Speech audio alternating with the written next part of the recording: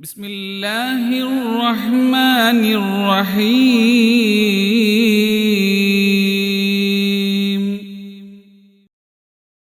അസ്സലാമു അലൈക്കും വറഹ്മത്തുള്ളാഹി വബറകാതുഹു. പ്രിയമുള്ള സഹോദരങ്ങളെ, സത്യവിശ്വാസികളെ, വളരെ പ്രധാനപ്പെട്ട ചില കാര്യങ്ങൾ നിങ്ങൾ ഉണർത്തുകയാണ്. നമ്മൾ ചിലപ്പോഴൊക്കെ പറയാറുണ്ട്, അള്ളാഹു ആണ് നിനക്ക് പടച്ചും പുറത്തുതരില്ല കേട്ടോ, നീ ഒരിക്കലും സ്വർഗത്ത് പോകില്ല എന്നൊക്കെ നമ്മൾ പലപ്പോഴും പലരോടും ദേഷ്യം വരുമ്പോൾ നമ്മളെ ഭാര്യനോട്, മക്കളോട്, കൂട്ടുകുടുംബങ്ങളൊക്കെ അത് പറയലുണ്ട്. എന്താണ് ഇങ്ങനെ പറയാൻ പാടുണ്ടോ പാടില്ലയോ, എന്താണ് ഇതിന്റെ വിഷയം? മഹാനായ അബൂ ഹുറൈറ റളിയല്ലാഹു അൻഹു തന്റെ ശിഷ്യനായ ലംലമിനെ ഒരു ദിവസം വിളിച്ചു പറയുന്നുണ്ട്, യാ യമാനി, യമൻകാരനായ പ്രിയപ്പെട്ട ലംലം, നീ ഒരിക്കലും ഒരാളോടും വല്ലാഹി ലാ യഗ്ഫിറുല്ലാഹു ലക അബദൻ, അള്ളാഹു ഒരിക്കലും നിനക്ക് പുറത്തു തരില്ല എന്ന് നീ പറയരുത്. വലാ യുദ്ഖിലുകൽ ജന്ന, ഒരിക്കലും സ്വർഗത്ത് നീ കയറൂലോ, നിന്റെ പ്രവർത്തനം അത്ര മോശമാണ് എന്നൊരിക്കലും ഒരാളോട് നമ്മൾ പറയരുത് എന്ന് തന്റെ ശിഷ്യനായ ലംലമിനോട് അബൂ ഹുറൈറ റളിയല്ലാഹു അൻഹു പറയുകയാണ്. അപ്പൊ ലംലം തന്റെ പ്രിയപ്പെട്ട ഗുരുവിനോട് പറഞ്ഞു, ദേഷ്യം വരുമ്പോഴൊക്കെ എന്റെ ഭാര്യയോട്, മക്കളോട് സർവ്വസാധാരണമായിട്ട് ഞാൻ നിനക്ക് പറഞ്ഞിട്ടുണ്ട് എന്ന് പറയുമ്പോ അബൂ ഹുറൈറ റളിയല്ലാഹു അൻഹു പറയുന്നുണ്ട്, ഇന്നി സമീഅതു റസൂലുള്ളാഹി സ്വല്ലല്ലാഹു അലൈഹി വസല്ലം, നബി സല്ലല്ലാഹു അലൈഹി വസല്ലം തങ്ങൾ പറഞ്ഞതായിട്ട് ഞാൻ കേട്ടിട്ടുണ്ട്. ഇന്ന റജുലൈനി കാനാ ഫീ ബനി ഇസ്രായീൽ, ബനു ഇസ്രായേൽ രണ്ട് ആളുകൾ ഉണ്ടായിരുന്നു. മുതഹാബീൻ അവർ മുതഹാബൈനി, അവർ രണ്ടുപേരും പരസ്പരം ഇഷ്ടമുള്ളവരായിരുന്നു, പരസ്പരം സ്നേഹിതരായിരുന്നു. എന്നാൽ അഹദുഹുമാ മുജ്തഹിദുൻ ഫിൽ ഇബാദ, ഒരാളാണെങ്കിൽ ഭയങ്കരമായ ഇബാദത്ത്, നിസ്കാരം, നോമ്പ്, സക്കാത്ത്, അങ്ങനെ വേണ്ട എല്ലാ നന്മകളും അദ്ദേഹം ചെയ്യുന്നുണ്ട്. വല്ലാഹറു കഅന്നഹു യഖൂലു മുദ്നിബുൻ, മറ്റേ ആളാണെങ്കിൽ അല്പവും സ്വല്പമൊക്കെ പാപമൊക്കെ ചെയ്ത് ഇങ്ങനെ നടക്കുന്ന ഒരു അശ്രദ്ധനായ ആളാണ്. ഫജഅല യഖൂലു അഖ്സിർ അഖ്സിർ അമ്മാ അൻത അലൈ, ഈ മുജ്തഹിദായ എപ്പോഴും അമൽ ചെയ്തുകൊണ്ടിരിക്കുന്ന ആള് ഈ പാവം ചെയ്യുന്ന മനുഷ്യനെ എപ്പോ കണ്ടാലും പറയും, നിർത്തിക്കൂടെ, തന്നെ കുറെ നാളായാലും ഇതൊക്കെ തുടങ്ങിയിട്ട് നിർത്താൻ പാടില്ലേ എന്നിങ്ങനെ ചോദിക്കും. അപ്പോൾ അശ്രദ്ധനായ ആ മനുഷ്യൻ പറയും, ഖല്ലിനി വറബ്ബി ഹത്താ വജദഹു യൗമൻ അലാ ദംബിൻ ഇസ്തഅളമഹു, എന്നെയും എന്റെ റബ്ബിനെ നീ എന്റെ പാട്ടിന് വിട്ടേക്ക്, എന്നെ ഉപദേശിക്കാൻ തൽക്കാലം നീ വരണ്ട. പിറ്റേ ദിവസവും അദ്ദേഹം കണ്ടു, അപ്പോഴും പറഞ്ഞു, അഖ്സ്, നീ മിണ്ടാണ്ടിരിക്ക്, നീ ഇങ്ങനെ തെറ്റുകളൊന്നും ചെയ്യല്ലേ, എന്തിനാണ് നീ തെറ്റുകളിലൊക്കെ ചെയ്യാൻ പോകുന്നത് ചോദിക്കുമ്പോൾ അദ്ദേഹം വീണ്ടും പറഞ്ഞു, ഖല്ലിനി, എന്റെ വഴിക്ക് നീ എന്നെ വിട്ടേക്ക്, നീ എന്റെ പിറകെ വരല്ലേ. അങ്ങനെ ആവർത്തിച്ചു.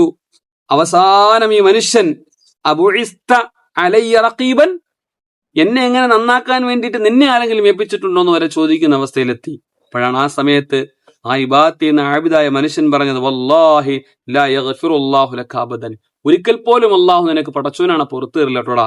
മാത്രമല്ല അവലാ തദ്ഖുലുൽ ജന്നത അബദൻ, ഒരിക്കലും നീ സ്വർഗത്തും കയറൂല, സ്വർഗത്ത് നീ സ്വപ്നം പോലും കാണണ്ട എന്നങ്ങ് പറഞ്ഞു.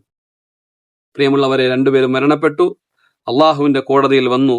പടച്ചവൻ ചോദിച്ചു, അവരോട് ചോദ്യം ചെയ്യുന്ന വേളയിൽ അള്ളാഹു പറയുന്നുണ്ട്, ആ പാപം ചെയ്ത ആളോട് അള്ളാഹു പറയുന്നുണ്ട്, ഉദ്ഖുലുൽ ജന്ന ബിറഹ്മത്തി, ഉദ്ഖുലുൽ ജന്ന ബിറഹ്മത്തി, എന്റെ കരുണ കൊണ്ട് നീ സ്വർഗത്ത് കടന്നു പോയിക്കൊള്ളൂ എന്ന്. മറ്റവൻ ഇബാദത്ത് ചെയ്ത ആബിദായ മനുഷ്യനോട് അള്ളാഹു ചോദിക്കുന്നുണ്ട്, അതസ്തതിഉ അൻ തഖ്ലുറ അലാ അബ്ദി റഹ്മത്തി, ഖാല യാ റബ്ബ്, ഖാല ഇദ്ഹബൂ ബിഹി ഇലന്നാർ, നീ എന്താണ് എന്റെ അടിമയെ നരകത്ത് വിടാനും സ്വർഗത്ത് കയറില്ല എന്ന് പറയാൻ നിന്നെ ആരെങ്കിലും ഏൽപ്പിച്ചിട്ടുണ്ടോ? നിന്നോട് ആരാണ് അത് ചെയ്യാൻ പറഞ്ഞത്? ആരും പറഞ്ഞില്ല തമ്പുരാനെ. എന്നാൽ അത് ചെയ്ത കാരണത്താൽ, അത് പറഞ്ഞ കാരണത്താൽ നീ നിന്റെ അമലുമായിട്ട് നരകത്ത് പോയിക്കൊള്ളാൻ അള്ളാഹു പറഞ്ഞെങ്കിൽ, പ്രിയപ്പെട്ട സഹോദരങ്ങളെ, ഇതൊരു ശ്രദ്ധിക്കേണ്ട ഒരു വിഷയം തന്നെയാണ്. നമ്മൾ നിസ്കരിക്കുന്ന ആളുകൾ, ഹജ്ജ് ചെയ്യുന്ന ആളുകൾ ഒരു ഉംറ കൂടെ ചെയ്തു കഴിഞ്ഞാൽ നമ്മൾ ദുനിയാവിലെ സ്വർഗാവകാശിയായി. ഹജ്ജ് ഉംറയും നിസ്കരിക്കുന്ന ആളുടെ ധാരണ, ഞാൻ മാത്രം സ്വർഗാവകാശി, അപ്പുറത്ത് പോകുന്നവനൊക്കെ നരകാവകാശി എന്നാണ്.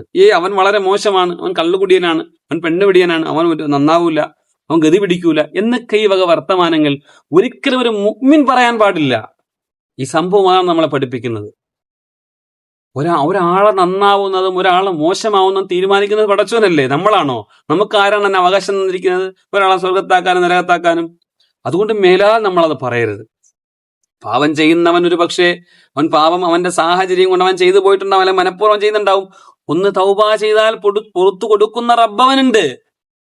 നീ എന്തടിസ്ഥാനത്തിലാണ് നിന്റെ അമലുകൾ കൊണ്ട് സ്വർഗത്ത് പോകുമെന്ന് നീ വ്യാമോഹിക്കുന്ന? നിന്റെ അമലുകളെല്ലാം ശരിയാണോ? നീ ചെയ്യുന്ന അമലുകളെല്ലാം അള്ളാഹു സ്വീകരിക്കുമെന്ന് എന്തുറപ്പാണ് എനിക്ക് നിനക്കുമുള്ളത്?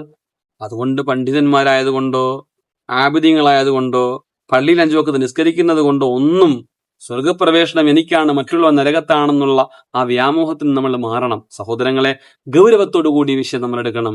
അതുകൊണ്ട് ആരെയും ജഡ്ജ്മെന്റ് ചെയ്യാൻ, ആരെയും നമ്മൾ മൂല്യനിർണ്ണയം നടത്താൻ ആരും പരാജിതനാണോ വിജയിയാണെന്ന് പ്രഖ്യാപിക്കാൻ നമ്മൾ പോവണ്ട.